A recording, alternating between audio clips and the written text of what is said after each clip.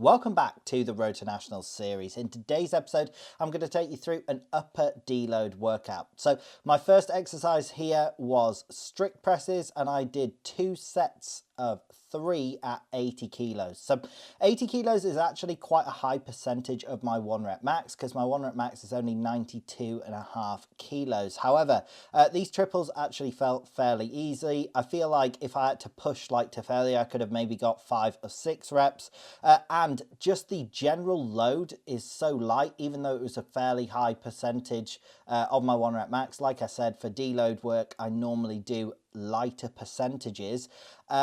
The variation of a strict press is so light compared with a normal max effort. I mean, recently I've been doing board press max efforts where it's been close to like 200 kilos at lockout with band tension and reduced range of motion. So even though it was a higher percentage of the 1 rep max, like I say, because my strict press max is so light at 92.5 kilos, it doesn't really matter. It felt fairly comfortable for the deload week, and I was happy with that. So moving on to the next exercise here, it was rope tricep extension. So I did 2 sets of 20 on these at 40 pounds. So it was obviously lighter weight. For most of my deload workouts, I try and do lighter weights for higher reps and just get the blood pumping into the muscles, still doing something, still feeling like the muscles are having to be activated. I firmly believe that deload weeks are about doing less, not nothing. Now, on these in particular, one thing I have been subject to sort of doing that isn't great is I think of a rep range based on the weight almost as if it's a working week. So because 40 pounds is light for me, 50 pounds I can get sets of like 15 on. I was like, oh, I need to get sets of 20 at 40 pounds. It actually meant the intensity of the set was pretty high. Like there, I'm shaking my head. That is because my triceps were burning like crazy. And I find that often when doing higher rep sets in particular, if you're pushing close to failure, which actually I pretty much was on that first set, it is way more painful. There's way more of a burn in the muscle than when you're doing lower reps and higher loads. If you were doing like a 6 rep max, the thing that limits you is just your strength. Whereas when you do lighter weights for higher reps, the muscles start burning like with 6 reps still to go, and you just have to keep pushing to failure. So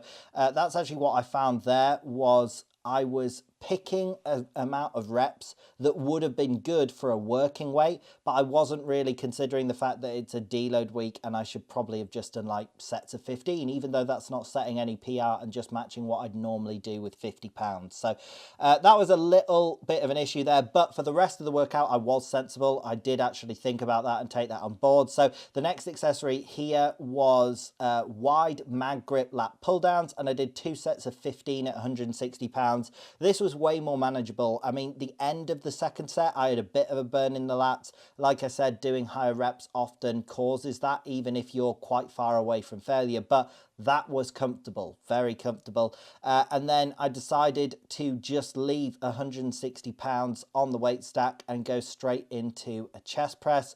And this time I got 2 sets of 20, which was very comfortable.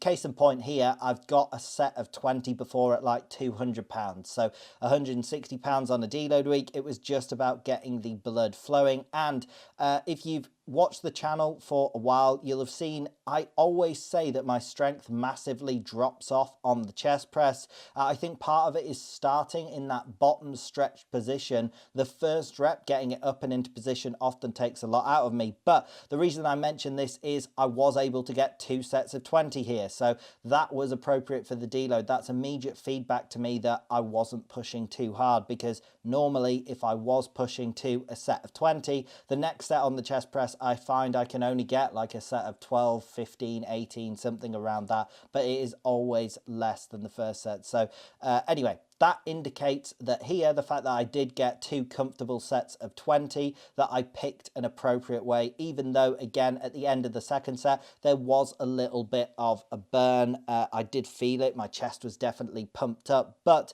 again, you don't have to pretend that you're like some delicate flower when you're on your deload weeks. And you definitely don't have to like sack off all of your workouts and just think, oh, it's a deload week, I don't really need to do anything. I find it the best time to do my highest rep stuff, and also just to try and build up some work capacity and even test the work capacity. Like I find that my strength and my endurance drops off so dramatically after about 20 reps because I only ever really train up to 20. So when I'm doing my deload workouts, I like to try and expose that weakness and think, okay, have I built up a bit more work capacity this deload week? They're every 4 weeks for me. I do like to program my deload weeks just because it fits really well with my 3-week dynamic cycles, with my dynamic effort work. So that's why I program them. You don't have to program deloads. You can do them, particularly if you're doing like bodybuilding. I'd advise just doing them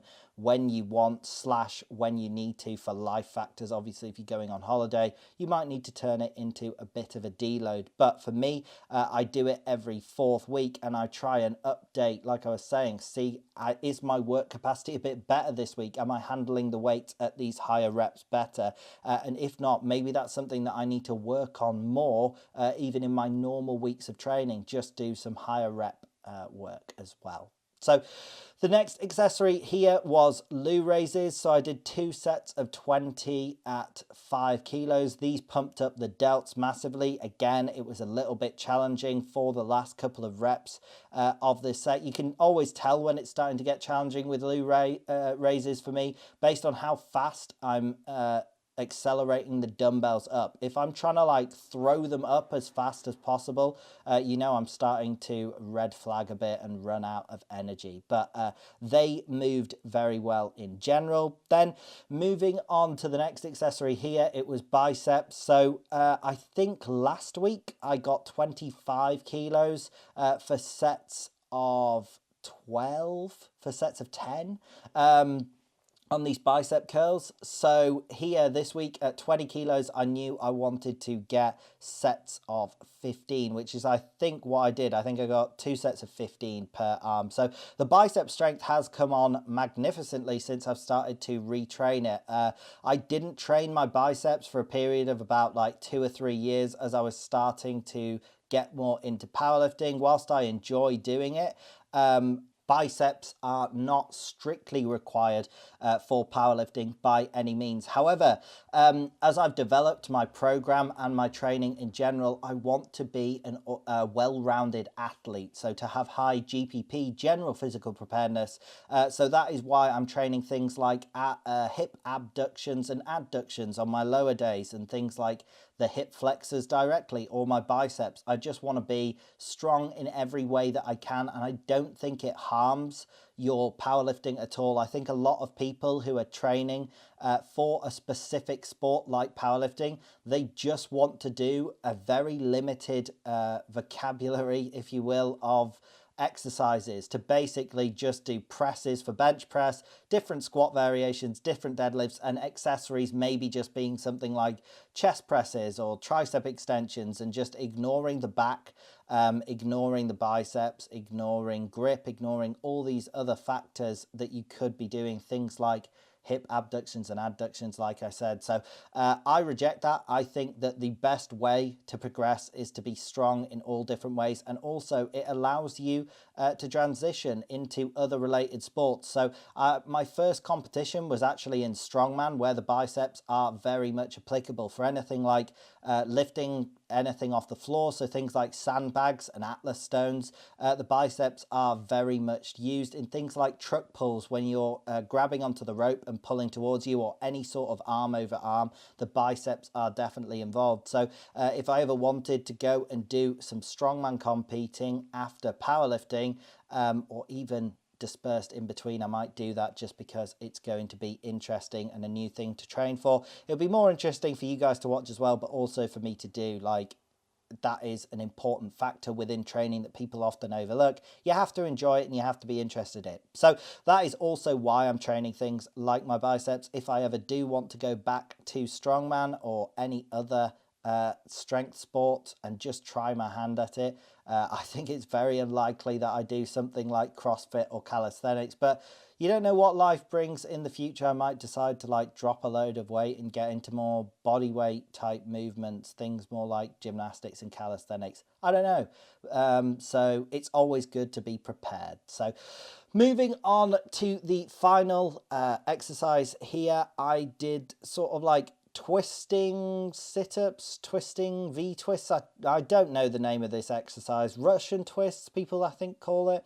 I did it off the GHD just because it's easy and practical, and I'm trying to work a bit more on my oblique strength. So all of my ab work recently has just been straightforward, like regular crunches, but I'm wanting to start doing more twisting work to build up the sides of the obliques because they are very much involved when bracing. So that is obviously the main function of the abs within powerlifting. You want to be able to brace hard against your abdominal wall, and developing the obliques as well as your regular abs is definitely going to help with that. So here I did 2 sets of like 30 twists in total. It wasn't particularly challenging, but again, it is a deload workout and I just wanted to introduce it. Maybe I'd find my obliques were really unconditioned to do that and they were very sore, which didn't actually happen. But that is it for today's video. I hope you did in fact enjoy the video. If you did, drop it a like, drop it a comment, subscribe, click the bell, all that good stuff, and I hope you have a great day.